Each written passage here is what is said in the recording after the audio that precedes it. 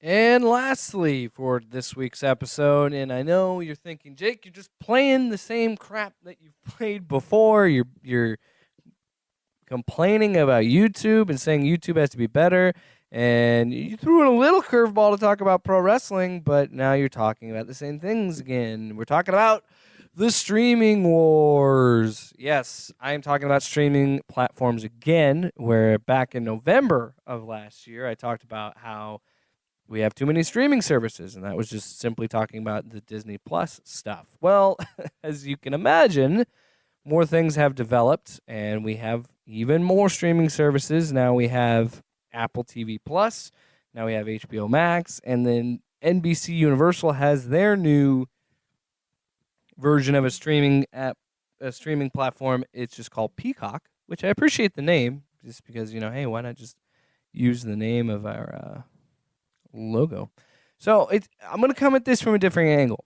I'm not now. I am gonna be a little annoyed by it because obviously, but I'm gonna come at this from a completely different angle than you expect. So I'm gonna come at it from just this perspective. Let's look at everything we have on the table. Okay, so we have the usual suspects that we have in there. We have Hulu, we have Netflix, we have Amazon Prime.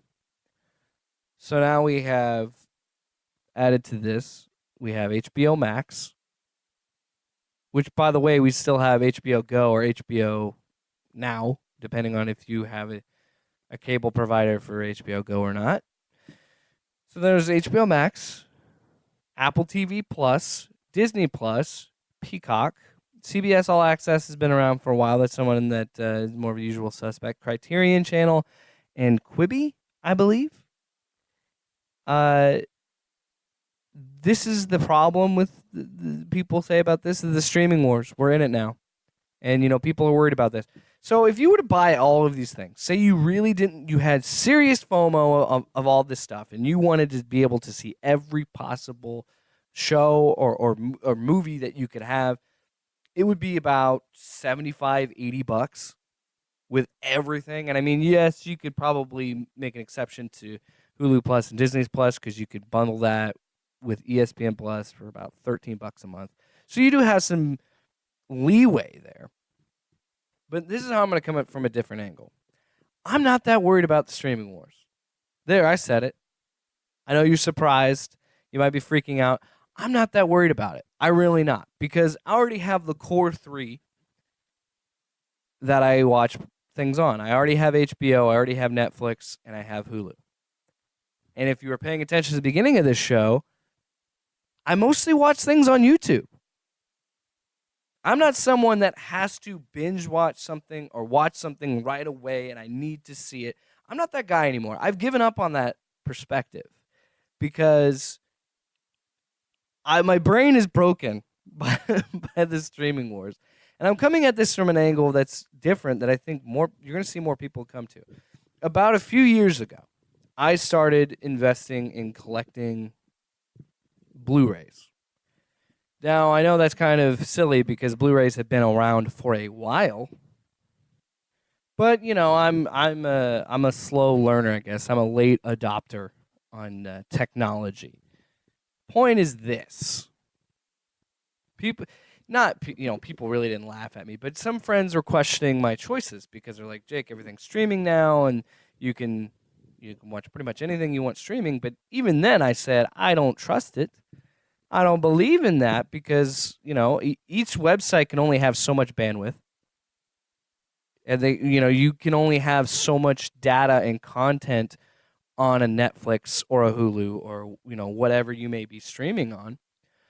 So even then I had that foresight. And it was also something like, hey, man, I understand that, but it looks nice on a shelf. If you collect Blu-rays or video games or any sort of media, and you put it on a bookshelf, even a book, the original intention of a bookshelf, even if you just putting it on the shelf makes it looks better. I like looking at my Blu-ray collection. It makes me happy.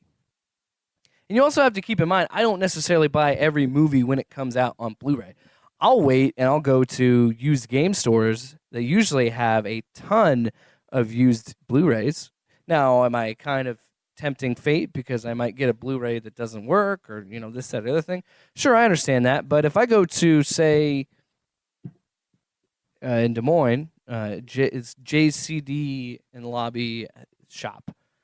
Say I go there and I get 4 or 5 Blu-rays for $5.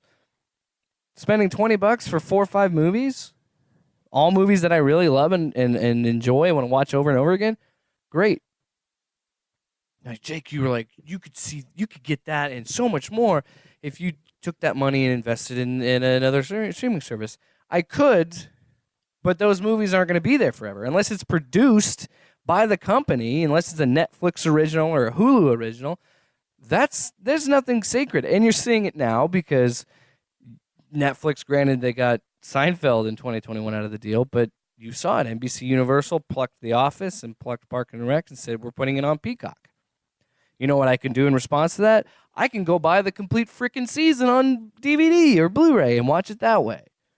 So I'm not worried about the streaming wars anymore, man. I've kind of given up on being upset about it or being worried about it because now I'm just going back to physical media. Now, there's obviously going to be pushback on that too because Blu-rays aren't going to be the end-all be-all media. Well, I personally think they aren't, but I think that we're getting in a direction where 4K Blu-rays or just Blu-rays in general might actually be the end of the physical media train where, I don't know. I think that might be the final advancement in the technology. Of course, I'm going to be wrong because there's going to be something else. But that is the reason why I'm not worried about streaming anymore because there's going to be a bottom that falls out at some point. I mean, it is amazing at how much these media companies don't understand how history works and how history repeats itself. The reason why people cut the cord and went for streaming in the first freaking place was because they didn't want to pay $50, $60, $70 a month for cable where they have hundreds of channels and a good 50 to 75% of them they don't use. That's kind of the whole point. So my response to the streaming wars is I'm going to go back to buying physical media. I'm going to keep buying Blu-rays, and I'm going to keep doing that. And I might need a bigger shelf. And I understand that takes space if you want to move this, that, and the other thing. I don't care. Because I am such a cheap ass that doesn't affect me. I'm such a tightwad, it's not a problem. People focus too much and worry too much about how much space certain things take or this, that, and the other. And they're always chasing the trends. We're always chasing the streaming. What happens if your internet goes out? Say you move into a new place and you don't have internet for a weekend. What are you going to do? And you cut the cord. You don't have cable. What are you going to do? That's why you got to invest in physical media. I am that guy that is always video games. I haven't come back around yet, but I probably will because I'm seeing more and more some games just going completely off digital storage shelves, which is silly to me. But with video games, I haven't turned that corner and come back around to being physical media. But movies, I definitely have because of scenarios like that. Say there's a weekend, you could say I could go out, but again, you forget I've been in a relationship for coming up on 6 years now. I don't go out. I stay at home. And I also don't want to spend money on going out. People don't understand this. I have been a grumpy 80-year-old man for my whole entire life. So I'm not going to go out and have a good time and party.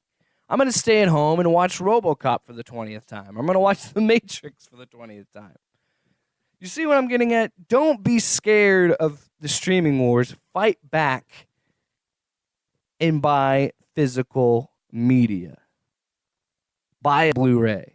Buy a whole series on DVD and show them that you don't need them, folks, because we don't.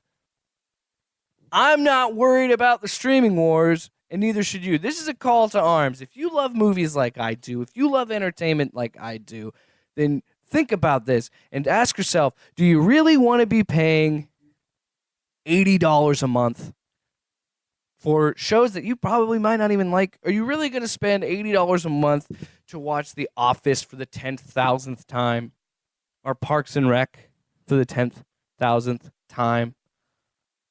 I would recommend this. I would say take 2 or 3. Technically, I still kind of have Amazon too, but whatever. Figure out someone's login and just steal that. First of all, that's what you should do.